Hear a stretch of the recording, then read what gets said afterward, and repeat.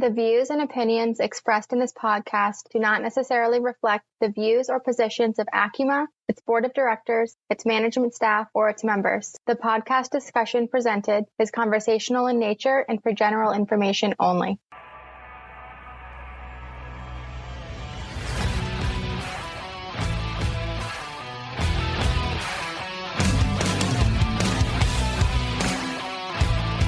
Hello and welcome to ACUMA's On Point podcast, a series focused on sharing the stories of people who are making a positive impact in the credit union mortgage industry. I'm your host, Peter Benjamin. Today, my guest is Ali Nassirian, Vice President of Home Loans with Golden One Credit Union. Ali, what's going on, my man? How are you doing today? Hey, Peter. I'm doing great. Really appreciate you inviting me on and excited to be on here today.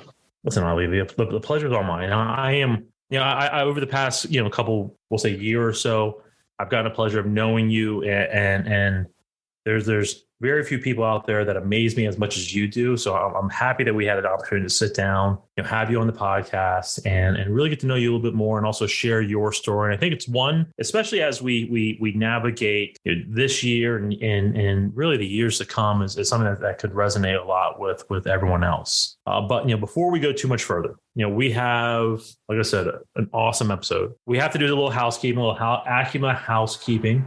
Justin, what's going on, man? Give us the latest and greatest that's happening over at ACUMA. Hey, we have a lot going on. We just wrapped up our summits last month. It was great seeing those, all of our credit union professionals come together just to network and really get to have that conversation about things affecting the industry. Happening in just a few days, actually, we have our Louisville workshop coming up. The ACUMA Focal Point workshop will be going on. And then our newly launched Young Professional Network, which has now had 2 meetings, will be coming up for our Q3 meeting sometime in September. So if you're not on the lookout for that, be sure you are. And then lastly, wrapping up the year, we have our annual conference going on October 1st to October 4th. That will be great. That's going to be going on in National Harbor, Maryland. Come on, man. I know I'm all over the place. we have events in Arlington. We were in Arlington for our summit. So sure it's all over the place. Hey man, this, but I will say this, here we are, halfway through the year, and it just goes to show how much we've done, how much we have, taken everything that we have and given it to our members. And these events have been awesome. Love the way that the first workshop worked out or went in Dallas, or at least the Dallas area, and the 2 summits were fantastic. And plus, Cameron is doing amazing work with that Young Professional Network. A lot of great content that community is building and growing, which I love. But yeah, I get it, man. I get it. We're everywhere. But all great content, all great speakers. You really can't beat it. So if you haven't been to one of them, please come out to the workshop. It'd be great to see you, without a doubt. So real quick, like Cameron, you started off, right before annual, you were just thrown into it. We're halfway through the year. You've gone through a few workshops, 1 workshop, 2 summits, networking events. Still good, man? You still good? It's been a whirlwind, but I wouldn't change it for the world. All right. It's been a lot of fun. I always like to say from a marketing perspective, it's supposed to be fun. If we're not having fun, we're doing it wrong. And I think that's part of I think that's what we put out as ACUMA, as the ACUMA team. We come ready to have fun, ready to bring our A game. Lots of great content, lots of great speakers. We're just, ready to make it happen. And you can see it on all of our members' faces when they're at the events and they're just having a good time. Oh yeah. Well, I won't, Justin, let's point our direction back to Ali. Now, hey, Ali. So yeah, I guess, let me give a little backstory. So before every single podcast, I tend to shoot off an email or have a quick phone call with our guests, our special guests. And, like I always do, I sent you off an email and you responded back with, hey, this is what I feel really passionate about. And what strikes me was that, you responded back, Ali, with something that that impressed me so much. And it was the first thing you responded back with was, hey, I want to talk, these are the things that motivate me. These are things that drive me. And they were all personal things, right? The work stuff came in pretty much, it was the second half, which it got to me a bit, right? Because, we're nothing without our family. We're nothing without, the people that make us. And so, when we sat down, we said, okay, what are we going to talk about today? We said, what's the one thing, what's that one theme that can really make or break both worlds? And when I say make or break, it's that this one thing can make our lives, whether it's work or family or personal lives, so much easier. And it was the power of optimism, right? And so we settled down and said, okay, let's talk about that, right? And so Ali, here's that topic. You said that you love to always be optimistic and let your team just vibe off that. And so let's dive into that, right? So optimism, right? It's been that driving force behind your success, your team success, your team is flocking to that. Kind of walk us through that a bit more, okay? Yeah, definitely. I mean, there's two ways you can go about whatever's thrown at you personally or at work. You definitely have to be able to filter it and find the opportunity in everything. We can apply it to today in the market. We can apply it to outside of work environment. But no matter what, you have to have an optimism that, yes, this is the task. This is how I'm going to accomplish it. And if you're serving in a leadership capacity, there are others that are looking to you for that guidance, that motivation, and optimism is for me the best way I can start that path in leadership is letting them know that yes, we can accomplish these goals, we can accomplish this path that we're heading down, and just trying to have that success language that I will, we will, I am, we are, we will accomplish these, and that's the first step. Having that consistently, it's contagious. It's contagious to the smallest tasks. It becomes contagious to a large goal as a company. It translates over to whether it's recruiting, right? Mm-hmm. Individuals that you've never met before, that this is their first time getting understanding of what you and your culture and your team are about. And that first impression, sometimes you only get one chance at it. So it's very important someone come away, whether it's a business partner, a recruit, a possible candidate, like, wow, that was, impactful meeting that person. That's right. So, the quote Eminem, opportunity only comes once in a lifetime, right? If I had much more time, I would go through that whole song with you, Lose Yourself, but I don't. So let's peel back the onion a bit more, okay? Because you're right. As a leader, especially in one that is, I guess it's a hybrid environment. I guess it really remote as well. This impacts you. But in person, most certainly, people see you walk down that hall, right? Your face, your posture, everything about you. They know if you are in a good mood or a bad mood, right? If you don't say hi to one person, sometimes like they know, hey, something is up, right? And I like the way you kind of framed that up. Is that they vibe off you, they're feeding off that energy. It helps you with recruiting, but there has to be some times when you've questioned that optimism, right? You've had that time of struggle yourself, right? Give me an example of a time that you've just said you've struggled with that being optimistic, right? But you were able to shake it off and get back to who you are, what made you successful. Yeah, I mean, you got to be open-minded to pivot, right? It's there's going to be times when you're overly optimistic and it doesn't fall in line. It doesn't align to where you had hoped it would end up. And in this industry, the market itself gives us plenty of those opportunities. So you have to be able to step back and just reassess the scenario and count, all the things that are in favor. What are all the great resources you have if you're a lender that are able to let you and your team be successful, and really just revisit things that may be taken for granted. Sometimes we get so forward thinking that we don't realize, the basics.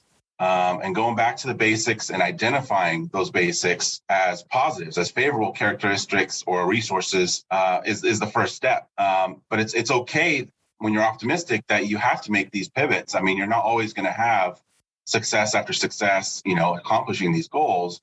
But when you get to these pivot points, again, for the leader to step in front and address it, identify it, and have a discussion about, hey, it's okay. This is why it's okay.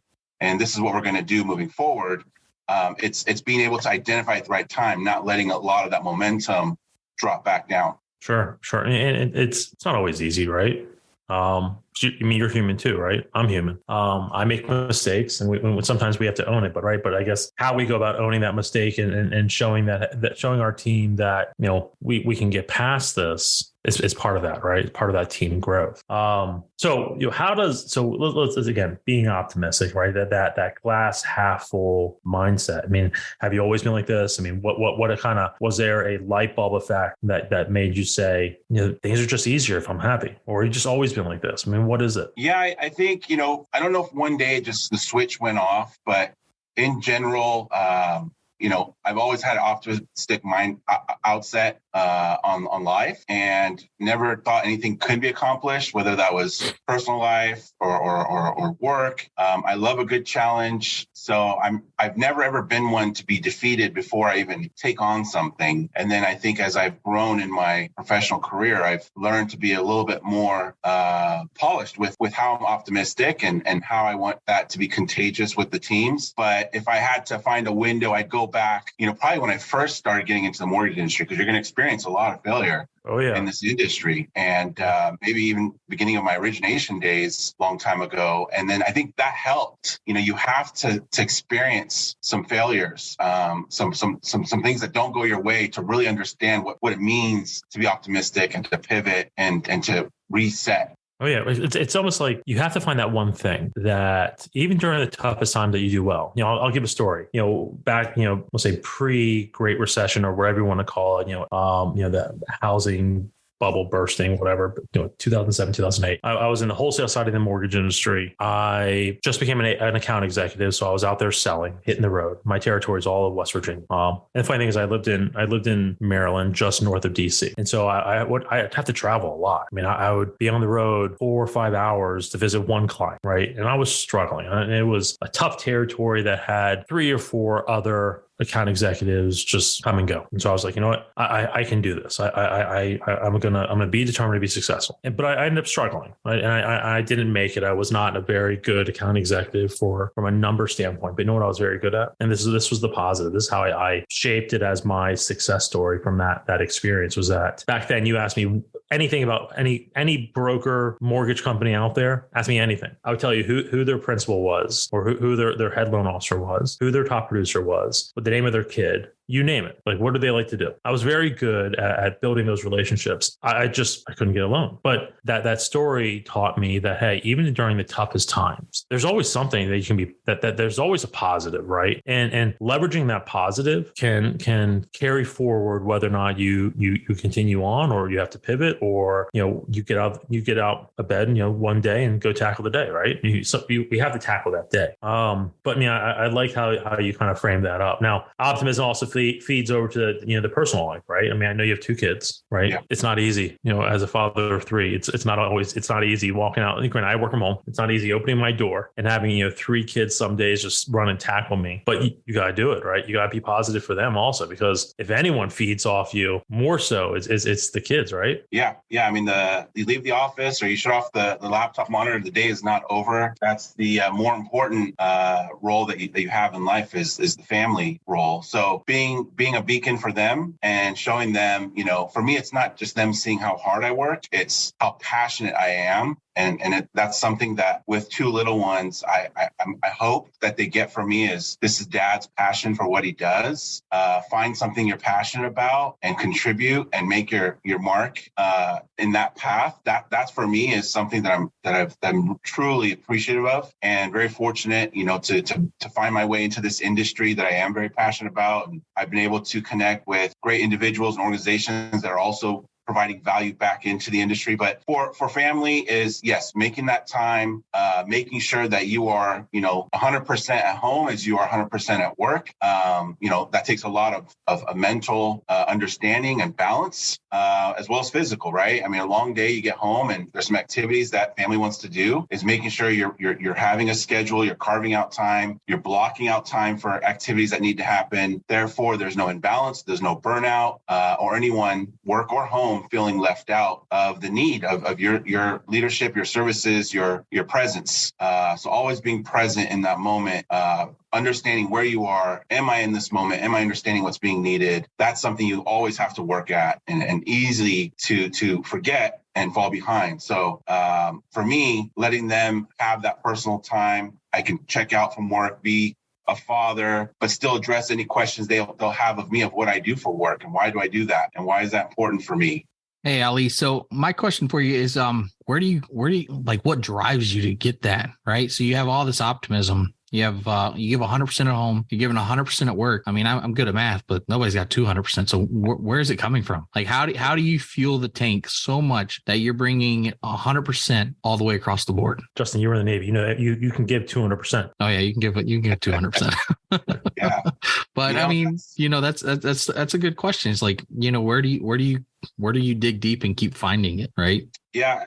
And for me, I'm sure there's going to be different responses. But for me, there's this hope to not let anyone down. I wouldn't call it a fear, but it is what drives this. So, if you're very genuine in what you do and you welcome, optimistic minded folks and you build this culture that you love to be around at your work environment, you kind of bring the passion you have for family to work, then you'll have this, I don't want to let anyone down. For me, that's what fuels me to consistently, no matter where I'm at, what I'm trying to do is this person or this group demands this high level for me and I can't give them any less.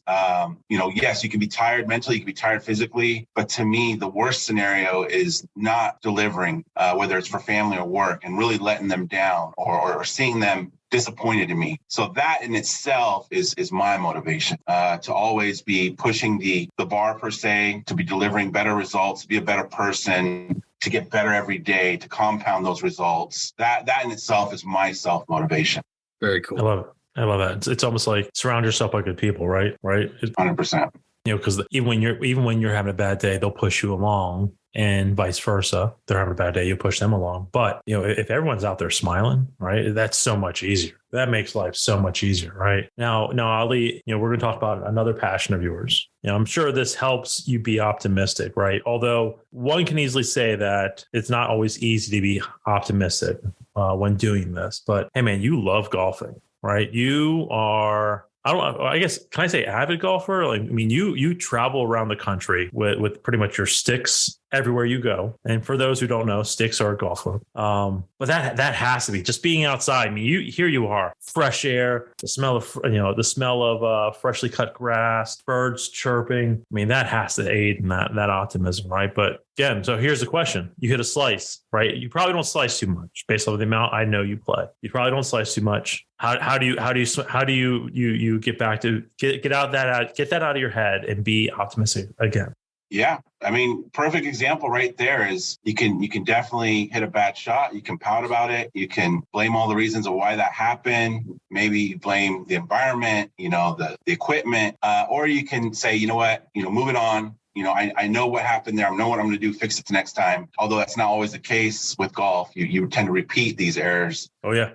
As it is, one of the toughest sports out there. But you can move on to the next one. You can say, you know what, I'll take that scenario. This is why it's favorable. Here's how I'm going to overcome what just happened. And just overall, you never stop working. You're always thinking about things. For me, being out in those environments, like Peter mentioned, just, you and this course, and probably some individuals, sometimes you might know them. I like a lot of times being with individuals I haven't met yet, and really just getting their perspective on what they do in their life and their scenario. But golf for me is a lot of strategy, right? It's a lot of mental mind games, and being able to power those mental mind games. I think that can apply to personal life as well. While it is, a few hours you're getting away from, all the other things going on in life, it's really helping you reset, refocus, relax, at least for me, and being able to recharge. To Justin's question earlier, how do you give that 100, 200% all the time? You have to have these outlets that help you refocus, reset. And for me,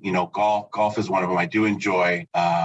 It's a lifelong sport, and you can make a lot of contacts and networks out on the golf courses, and there's so many to choose from. So that's the beauty of the sport.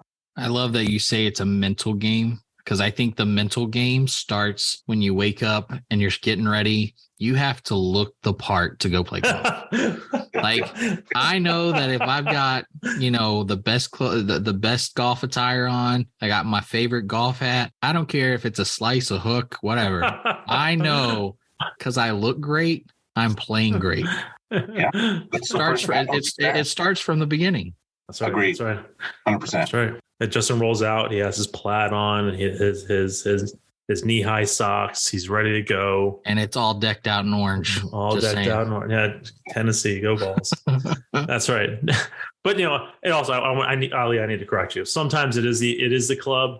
I have this one club that I swear no one can hit. No one can hit. It's a dud. But anyways, I come back. I don't know why it's even in my bag. But I like how you frame that up, right? It is mental. And one thing one thing's for certain, right? And I think this is why everything you said is so powerful. If you allow one small thing, and I'll relate it to golf, but we can also easily relate it to work, right? If you let one small thing, whether it be a misputt, a slice, or a dud of a chip, right? If you let that one thing ruin your day, you're not as strong as you possibly could be, right? And as leaders, we can't let that one thing, the great thing about the mortgage industry, right, is that we do things on a monthly basis, right? We do things on an annual basis too, right? So if we let 1 month ruin our year, right, sidetrack our year, I mean, are we good leaders? Probably not, right? Because we can't bounce back from a tough blow, right? And so I like how you can easily relate that golf to life, right? Because it's that one thing. We can't let that one thing be the straw that breaks the camel's back to the point where, as a leader, we are not a functional leader, right? Yeah, you can't. The compound effect is something I'm big on, right? And I think compound effect goes both ways. You compound those daily those accomplishments.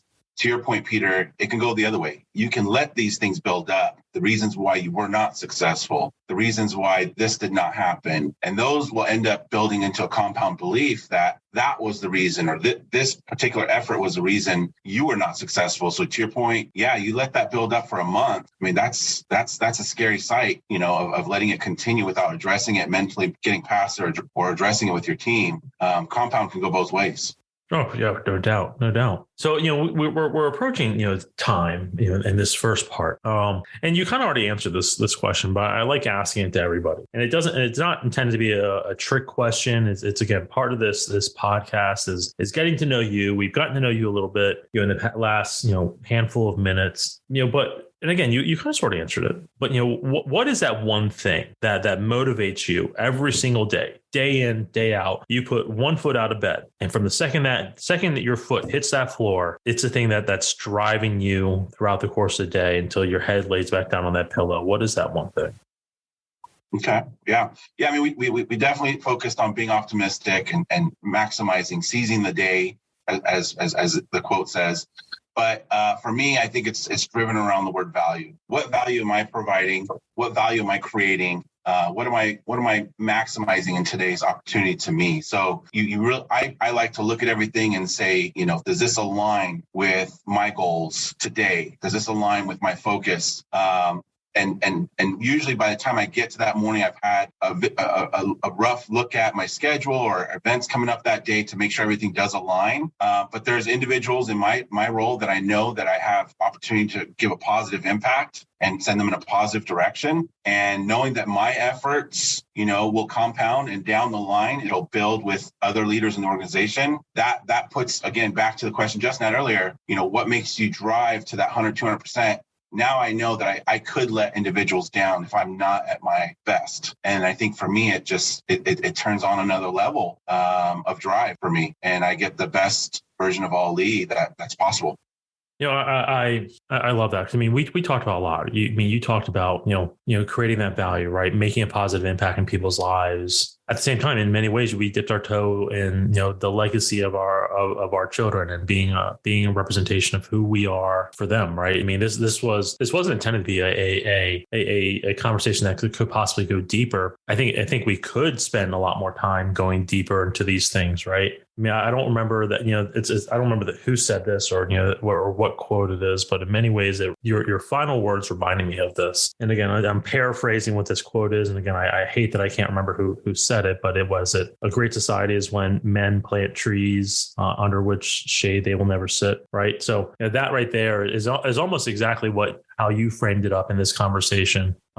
Because I mean, we got to create that value. We got to create that legacy. Right. And I love that you said that. Again, I'm paraphrasing you as well. So with that being said, all right, we got a little serious for a second. So let's pivot to my second favorite part of this podcast. Now, in reality, today we're going to do my favorite thing, and that's bad dad jokes. So Ali, when we sat down, at the beginning of this call and had our little, let's go through the prep. And as always, I always talk about this. The second part of the podcast, we always dedicate to bad dad jokes, which we're doing today. Fun facts, trivia. Sometimes we do Jeopardy. Sometimes we do just weird statistics. And again, today I'm really excited to do bad dad jokes because it's not often that the ACUMA team lets me do bad dad jokes. Although I tend to give them out every single day. Every day. And only a few people, actually one person laughs. Only one person laughs. And thank you very much, Justin, for laughing at my bad. Not a problem. There's a reason why you're on this podcast. So Ali, here's what we're gonna do. Ali and Justin, actually. Let's see. We're gonna do 2 bad dad jokes each. Okay, so the goal would be, bad dad jokes all about the delivery. The goal would be for the person delivering the bad dad joke to tell the dad joke as serious as possible, right? With the goal of making the other 2 laugh. Okay. If we can actually get the others to burst out a laugh, you are officially the winner. If not, we just had, a handful of minutes of awesome. I'm not even calling them bad dad jokes. We're calling them awesome dad jokes. All right. So Ali, you are the guest. You get to go first. So Ali, give us your best. All right. So I will say that this is also a topic that I can relate to. I share them all the time. My family gets tired of hearing some of them. I have group chats that I share my greatest hits. So I'm glad that we have like-minded individuals that are also passionate about these. So I will go first with one of mine that I use a lot. What's the difference between a crocodile and an alligator? What? One you'll see in a while, and the other we'll see you later. Okay, that was good. That was very good. That was very good. Okay, Justin, you go. All right. So as we mentioned earlier, I'm in marketing. And one of the things that I think everybody always worries about is their smartphone or TV listening and collecting all of that data. Don't worry. Your vacuum has been gathering data on you for years. Okay. The other day, my son asked me, Dad, did you get your hair cut? Sorry, I messed that up. He asked, Dad, did you get a haircut? I said, no, I get them all cut. Okay, you messed with the delivery. I did. I totally screwed that up. Oh man. I'm gonna have my bad dad joke card revoked. All right. I may have used that one prior. I mean, Cameron and Krista are like lining up to revoke your dad card, bad dad card. No, seriously, they are like literally knocking at the door. No more bad dad jokes. All right. So Ali, you're up. So the other day I went to a psychic. I knocked on the front door. The psychic yelled, "Who is it?" So I left.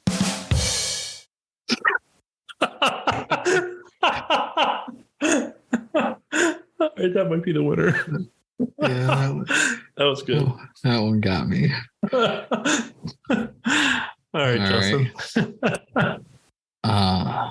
So I was in the Navy, and I had a patient who had lost his hand. When he told me he was getting a new one, I asked him where he was going to get it from, and he told me the secondhand store. No. All right. No. All right. I gotta get my game face back on. All right. I only know 25 letters in the alphabet. I don't know why. I like it. All right. Well, thank you very much for that. It's a good one. All right. So to wrap things up, I'm gonna give you one for my son, who's 5 years old. This is no joke. The other day, it must have been last Thursday. He came home from school. Maybe it was last Friday. Came home from school, and I was so proud. I almost shed a tear. I was so proud that he said this joke. I almost shed a tear. He said, "Dad, how do you make a tissue dance? You put a little boogie in it."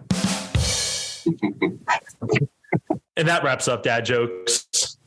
Ali, thank you very much for your time today. Justin, it was awesome spending some time with you as well. Yeah, Ali, I truly do appreciate you spending some time to sit down with us and getting to know you a little bit more. You sharing your thoughts on, the power of optimism and what it can mean for you professionally, but also in your life. So thank you very much for that. And to everyone else, thank you very much for spending some time listening to our podcast. We hope you enjoyed it. Be on the lookout for more podcasts in the near future. Other than that, everyone, take care, and we'll see you soon. Bye. Thanks for listening. We'll see you next time at the ACUMA On Point podcast. If not already, be sure to subscribe and give us a 5-star rating. For more great episodes and information, be sure to visit us online at acuma.org. And to get the latest updates, head over to our LinkedIn page.